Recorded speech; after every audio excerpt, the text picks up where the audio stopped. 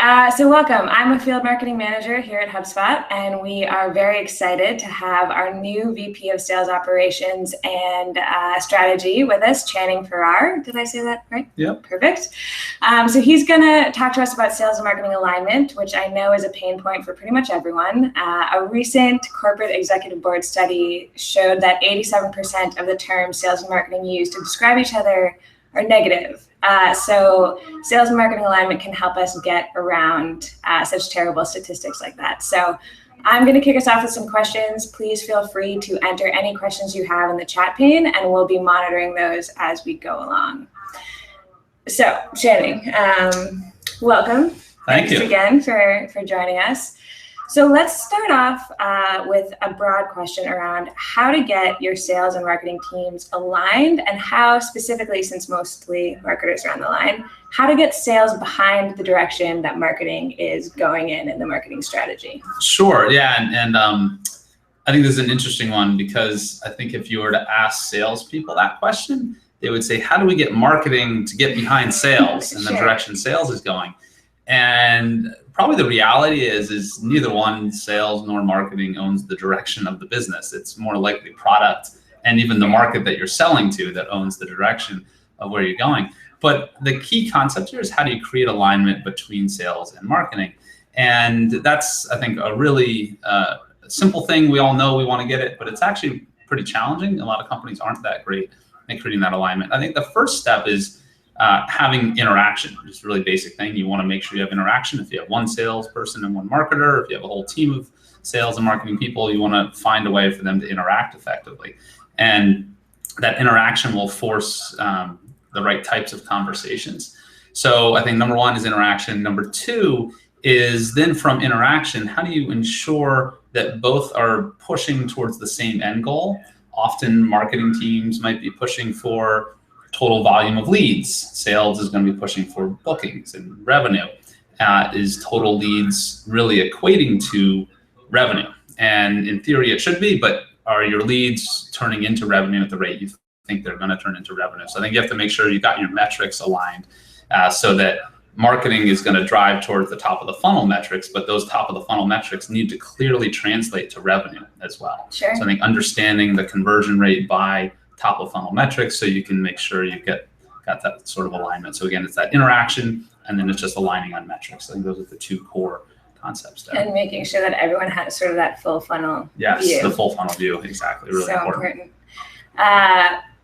So that's great, but how would you say sales and marketing can interact better to make sure that those communication channels are open and they reach that alignment around metrics and funnel? What are some of the tactics that they could employ? Yeah, so I think especially as you get slightly more people in sales or marketing, more than one person on each side of the fence, you have to find ways to create that interaction. I think one of the more basic things, again, is the weekly meeting. Just having a sales marketing meeting, weekly, monthly. You want to have a meeting where you're talking about these metrics. You have a chance to communicate on them, get alignment on them. Within that meeting, as I said, metrics, you want to make sure you're aligned on your metrics. And an interesting thing that I've seen a lot of companies forget to do is they take a look at their conversion rates, and then they assume those conversion rates stay constant through the course of the year or over the course of multiple years. And they change a lot, they can fluctuate. So I think you have to keep re-looking at your conversion rates on a regular basis by your top of funnel sources. So you've got a top of funnel sources that are going to be your inbound leads. You may have partner generated source. You may have, again, other sources. Look at those, and then even within inbound leads, you're going to have different types of inbound leads that are going to convert at different rates. You have to understand what the conversion rate is by each one of those types throughout the funnel. Sure. So again, converting from not just from lead to opportunity, but from lead to opportunity, and then right on down to closed one. And once you have an understanding of those different conversion rates, you can then do calculations, and you can understand the health of your pipeline based on the volume of leads you're getting at each top level. So that's where that weekly meeting, and I do think it's a regular meeting that's important, the regular cadence. Totally. You can look at how those conversion rates are backing into the health of your pipeline, and then make adjustments. And you can't wait till the end of the quarter or the end of the year to make those adjustments. You got to make those adjustments on the fly and make tweaks as they go. So I think that's kind of the essence of it. I think is having that regular communication, aligning on those metrics, and understanding how the metrics are evolving and changing over time leads you to better alignment between sales and marketing. Then after that, you also want to make sure that there's an understanding that both sides are working together to get to that same end goal. So again, if it's unhealthy when you start having a lot of finger pointing, and you don't want marketing saying, hey, sales, you're not converting your leads fast enough, or most effectively, and vice versa. You don't want sales yelling at marketing and say, hey, you're not giving me enough leads. We naturally see that sort of conflict happen. And it's okay to have some of that, but you have to get past it and know we're both pulling in the same direction and trying to get to the same end goal. So again, I think a piece of this is having marketing understand that the end goal isn't just total leads, but it's also revenue. It's got to be all the way through the funnel. Yep. Yeah, that makes total sense. And I agree. I think the weekly meetings can really help sort of stay ahead of those finger pointing conversations. Yeah. So that's great. And quantitative analysis is obviously so important on both sides. What about the qualitative side and making sure there's feedback on both sides and sales can transfer customer information or, talk a little bit more about what they're seeing on demos and calls and areas. Yeah. And I think that's a very good point. Is sales does need to have a mechanism for giving feedback. Sales gets a lot of feedback, and a lot of it's negative feedback, but that's okay. You have to learn from that negative feedback. So sales needs to have a mechanism for aggregating that feedback. Again, depending on total volume of your sales team, total number of your sales team, that mechanism can be more structured or less structured. But that mechanism for giving feedback is going to be really important. That feedback has to go to marketing and to product.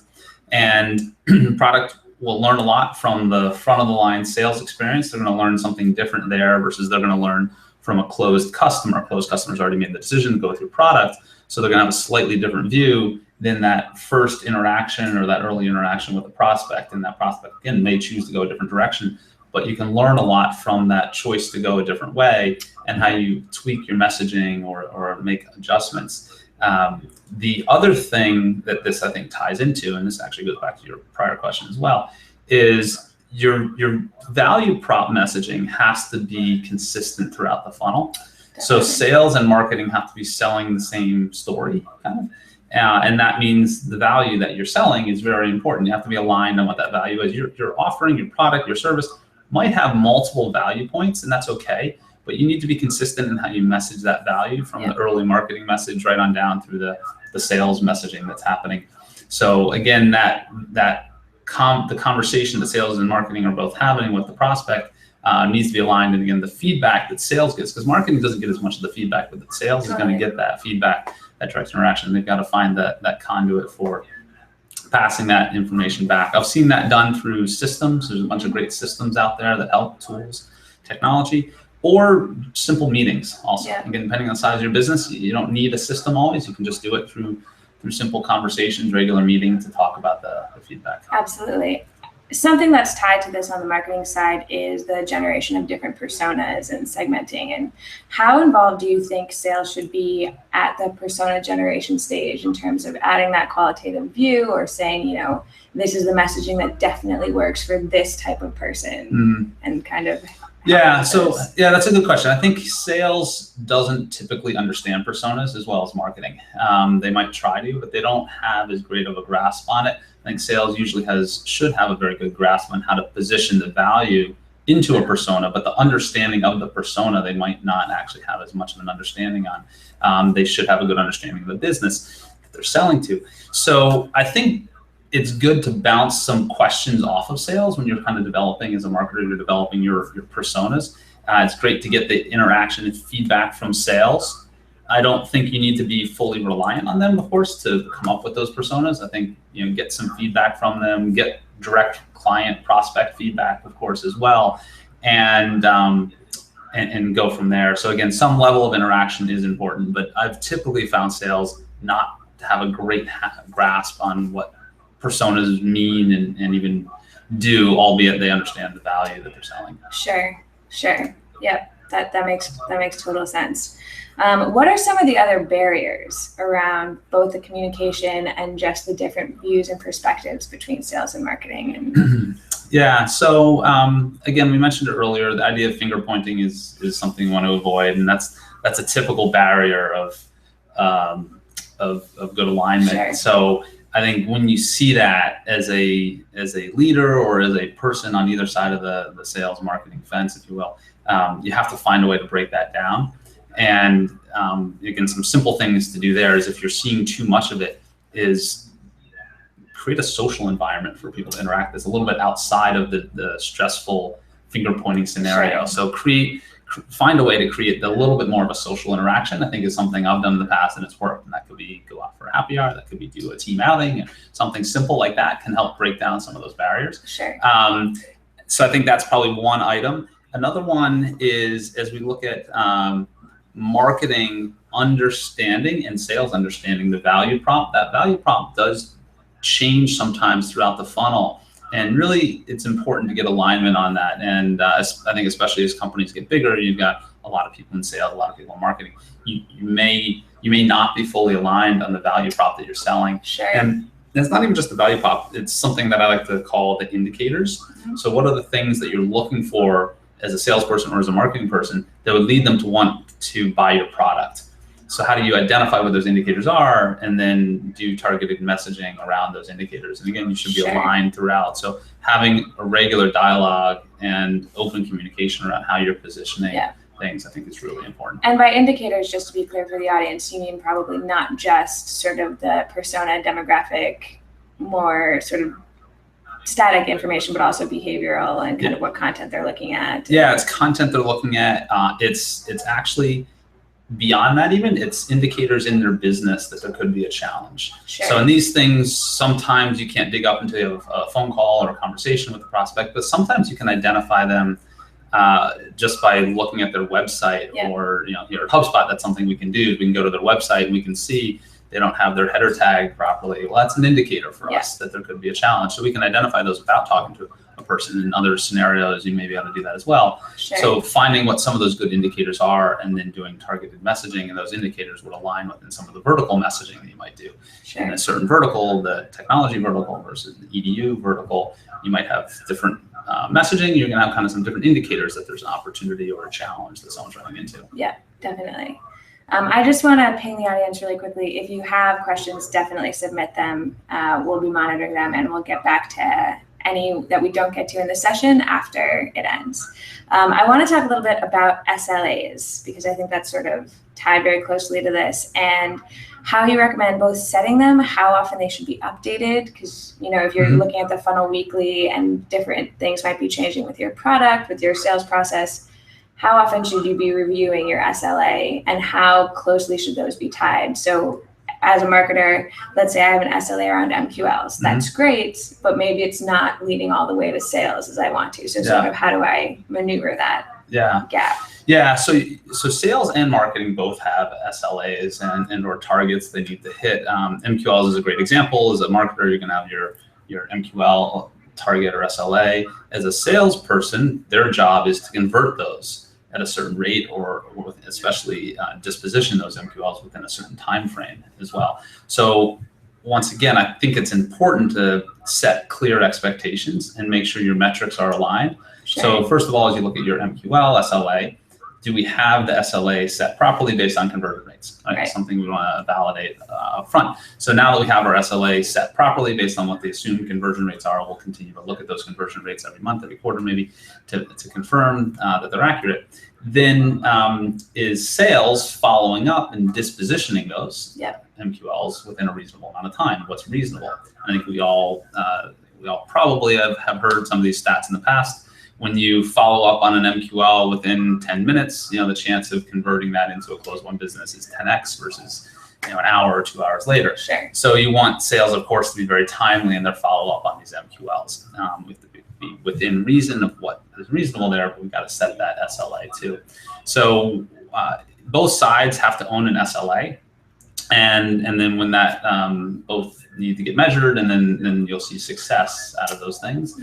Out of the results of the MQL. Yeah, that makes total sense. We have a question that just came in from the audience that's a bit of a follow-up, which is, how do you get alignment around the quality of leads and MQLs? Because often that can change as well. On either side of that. Yeah, it's a good question. It's something that we've played around with a little bit here at HubSpot also.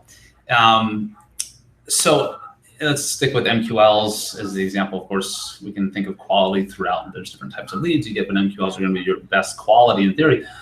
We get a lot of different MQL types, and each type converts at a different rate. Yeah. And even leads, as you start looking at different types of leads, they convert at a different rate. So there's quality within those MQLs, and it actually can be difficult to assume all are the same. It's probably incorrect actually to assume all the same, unless if you have a very, very similar conversion rate across each type. So then what's the next step in terms of understanding the health of your pipeline is you do need to understand the quality of these leads you're getting and the quality of these MQLs. There's two ways that I've seen this done well. One is doing some calculations. So you can build out a very simple model that says this MQL converts from MQL to close one at a 10% rate, and this MQL converts at a 2% rate. So now we know these two types, we have an average sale price, maybe everything we're selling is about the same price. We have an average sale price. We can create a calculation that shows us the value, the dollar value of each MQL. The one that converts at 10% is going to have a higher dollar value than the one that converts at 2%. So that's a more basic way to do it. The other way to do it is tie those MQLs into op creation. And when you create an opportunity in your CRM system, if you're able to put a dollar value on that opportunity right away, then you actually don't have to do the calculation. You can use that dollar value that's been created. And that model is a little bit better if you've got multiple products that you're selling that have different types of ASPs, average sale price. So I think it depends on how complex of a system you have and how complex of a solution you're selling. The first one works very well. The second one also can work very well in a slightly more complex situation. And then you can calculate from the full funnel that MQL turns into opportunity of a dollar value in that opportunity, and how much of those or how many of those kind of move through the funnel and convert. And you can get a health of your pipeline based on the dollar value of your opportunities. One caveat to that is, when do you measure health of pipe? So this is another piece to, if you start using your dollar value of your pipeline, is the health of your pipe measured when you create the opportunity or once you qualify that opportunity? Yeah. And I think this is something I've explored in the past, especially when you've got multiple solutions you're selling. I think there are two ways to do it. You can get a view of the health of your pipe just at the op creation level. The challenge with that is you may have a BDR program or a bunch of reps that are very excitable about op creation and create a bunch of ops that really don't go anywhere and don't close out. So as long as you can have a consistent op creation to close rate, then you can measure at that op creation level. Yeah. But if that rate kind of jumps up and down a bunch, then it can be a little bit tougher to measure at that op creation level. Then you might want to go down to the qualified stage in your pipeline, which may be a stage further into your sales pipeline. And in theory, what should be happening is your sales rep is then further qualifying that opportunity to validate it is really good. And you should see more consistent conversion from that stage on down to close. Sure, that makes total sense. We have another follow-up because I think we've hit a bit of a nerve here. If you are new to an area or launching a product, or you just simply don't have a lot of data yet and conversion rates are not known, are there any sort of best practices or data sources that people can use to start qualifying their leads? Yeah, I mean, you can go to external sources and systems, and there's a bunch of companies out there, marketing consulting firms, that'll help you think through this and have done studies on various industries and segments that would give you some guidance. And you probably can Google to find a few of them. I'm not going to throw out some names right now, but you can Google to find marketing consulting firms that give you guidance on conversion rates. That's one option. I would probably recommend just running some tests. Very quickly, you can get a little bit of data. And you might not know for a month. Let's assume you've got a fast enough sales cycle that you can figure things out in a month. You might not know for a month. That's okay. Let's do some tests, get a little bit of data. And then from that little bit of data, you can start making some assumptions and you can continue to refine. So my recommendation would be, as long as your sales cycle isn't extremely long and you only get 1 or 2 leads a year type of scenario, as long as you've got a little bit of volume in there, then in a month or 2, you should have a little bit of data that can give you some insights. Yeah. And I think that's very helpful. Again, third-party sources can be helpful, but in a lot of cases, you can figure it out, I think, on your own. Yeah. The scenario of going to a third party is good. I would lean towards a consulting type of firm as opposed to a database, because it's hard to, the databases are really hard to predict exactly for your product how things work. So these consulting firms put out white papers on these topics, and typically those I've found to be helpful as well.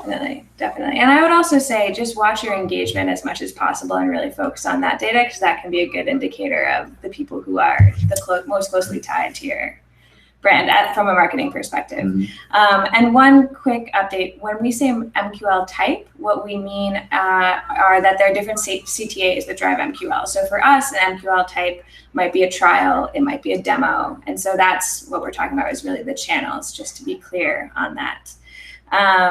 We have a question here from the audience around if your sales pipeline funnel, and I feel for you, so I'm sorry this is your question. We'll try to answer it as best we can. If your sales pipeline or funnel is fundamentally broken and your conversion rate's really low, what is the right place to start getting back on track? Should this come from sales, marketing, or both? Yeah, so this is tricky. It's probably worth a conversation. But I'd say when you think of it as broken, what does that mean? Is the first question I'd ask. So let's assume for a minute that when we think of broken, we're just not seeing deals move through the pipeline. We're seeing opportunities being created, but we're not able to move them down and close them. So we're not closing at the rate we want to close, and thus we're not generating the revenue that we want to generate.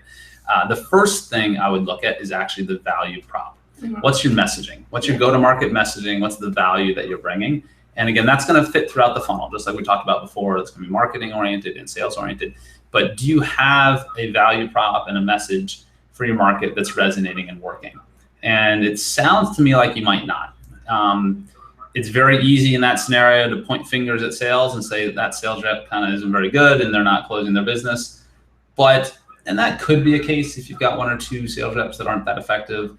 But if you've gone through a few different people, or if you have multiple sales reps and you're still seeing this happen, I think the value prop and the messaging is going to be your core fix. So once you can address that and dig into that, and I think that's something you want to test with your market, go out to the market, talk to people, see if it's resonating, see how your competitors are positioning their product. And if you can feel comfortable with a value prop that's working within a price point that's working as well, then now you've got your value messaging aligned. And from there, I would start moving into what are the steps that happen throughout the funnel, and look at those stages and steps, and really begin to measure some things within those steps. Where is it breaking down within the funnel? How far? Because you can break down your funnel into the various stages, within the sales stages, within the marketing stages, and see the conversion rate and see where it's falling off significantly. And then you can identify your biggest challenge. Absolutely. We have another question around new markets and how to align around the total market opportunity in an available market. So marketing obviously has certain numbers they can pull, but there's going to be more important things to sales. And do you have best practices around getting everyone on the same page with sort of really figuring out what that new market is going to be like for the business? Yeah. So this is a case where databases are very helpful.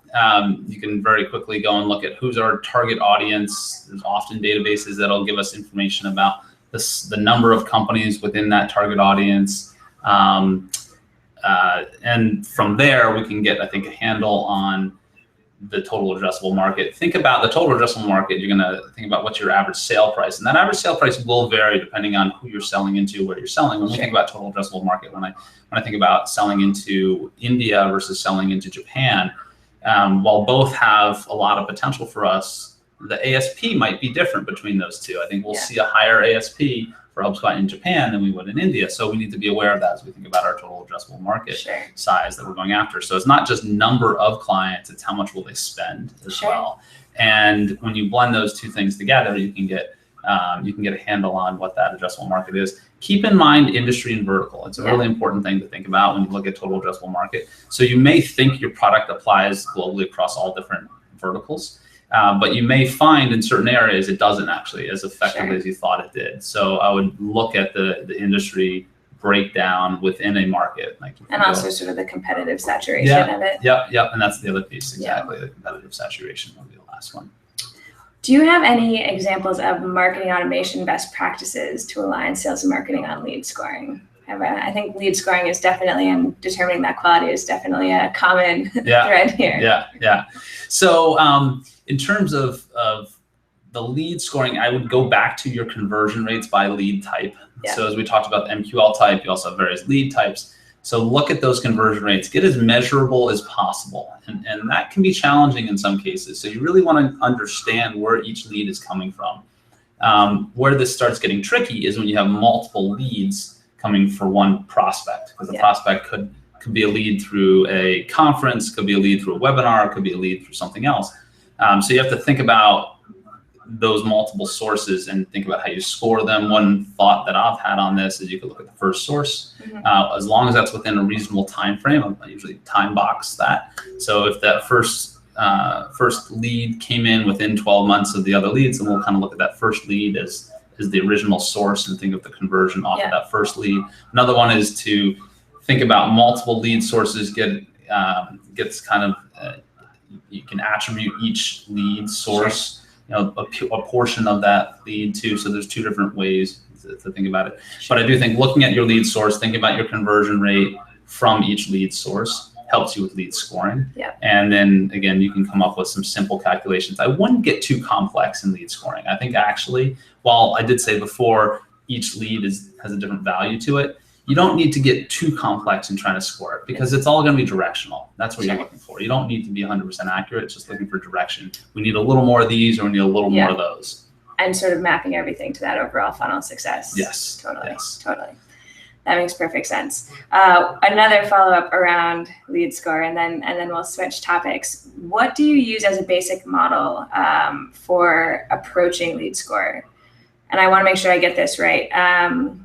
So either third-party tools such as Ferrer obviously are popular, but is there any kind of linear or logistic regression analysis that you recommend to sort of do your own lead scoring? Well, I will admit I haven't owned lead scoring myself in the past. So I don't know if I'd be the best suited to answer the details on doing a regression analysis there. But I would say products like InfoScore, Lattice Engines, other ones like that are really good products and are once again very directional. Those are the two that I'm most familiar with. I know there's a lot of others that have popped up in the market over the past year or two, but lead scoring those products can help give a lot of direction on lead scoring and can lead you to understanding directionally which way to go, this way or that. I haven't built out any sort of regression models or anything. Again, not to say that other teams may do that. Marketing operations often may consider that as well. But what I'm interested in thinking about it from a sales perspective is, do we need more of these leads or do we need more of those leads? And that's, again, a little bit more directional to get to the bottom line. If the team is hitting their number, that's great, the sales number, assuming we set our targets right. If they're not hitting it, there's a problem. That problem is either set targets wrong or not getting enough throughput in the funnel, and throughput would mean leads right on through effectiveness of conversion by the sales team. I like the fact that we keep coming back to this holistic all funnel approach. When you're thinking about the funnel and you're thinking about forecasting, I think, you can do it from the top down, from the bottom up, year over year. There's a million different ways to slice it. And in terms of goal setting and forecasting, how do you recommend looking at your funnel, and where does marketing's input come in and where does sales come in? Yeah, so that's a good question. I think that comes back to the speed at which deals move through the funnel. So what's your average length of sale?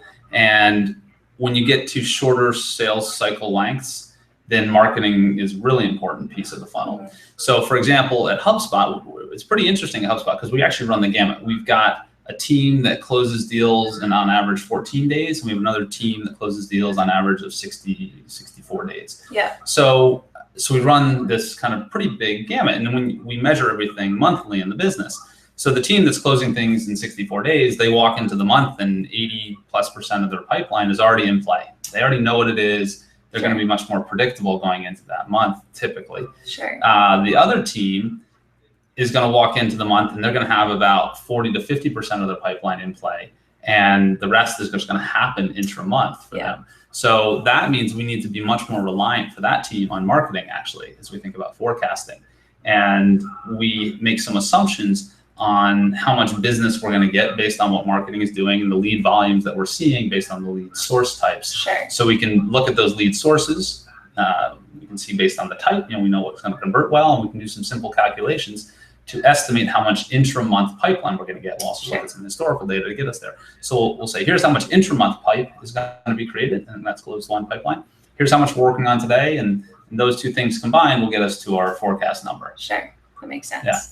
And I like the fact that you brought up time to close, because another question that comes up very frequently is, marketers generate so much content, most of which is sort of top of the funnel, middle of the funnel. How do marketers find out what they can provide at the bottom of the funnel for sales?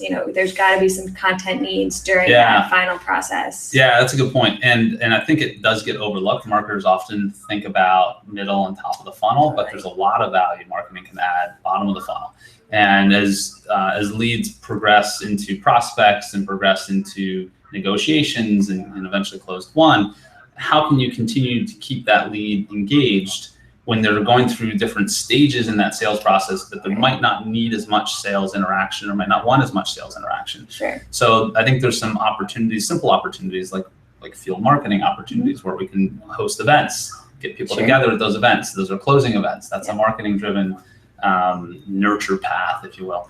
So I think those are really important, and it's important to think about what's in your sales process and within that sales process, because when we're talking bottom of funnel, sales is engaged here and they're working on it. Where are there maybe some opportunities to improve conversion or to reduce the time that it takes to get from one stage to the next stage? And that's where marketing can help out a lot through, again, individual interactions, in-person interactions, or maybe some email nurture paths as well. Absolutely. And a quick follow-up to that is that sales are often very protective of the bottom of the funnel, which is the other piece. So how do you recommend getting buy-in from your sales team and letting you get involved? So I think the first thing is think about where, let's say it's an email nurture path you want to do that's bottom of the funnel. Who's that email going to come from? Is that coming from the marketer or is it coming from the salesperson? Maybe it should come from the salesperson because the salesperson's already interacting, and just have it automatically come from the salesperson. Salesperson doesn't even need to do anything, but it comes from them. So I think that's an important thing, is actually where is it coming from? Who is it coming from? Make sure they're aware of the path that they're triggering. So again, if it's an email nurture path, the salesperson needs to be aware that by doing this, it's going to trigger this nurture path email that will occur mid-sales cycle.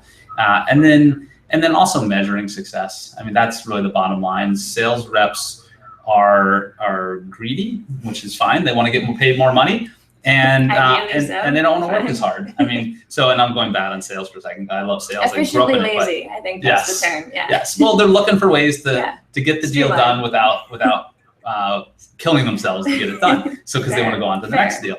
So if marketing can help facilitate those two things, it's mutual benefit, and the sales rep will love that.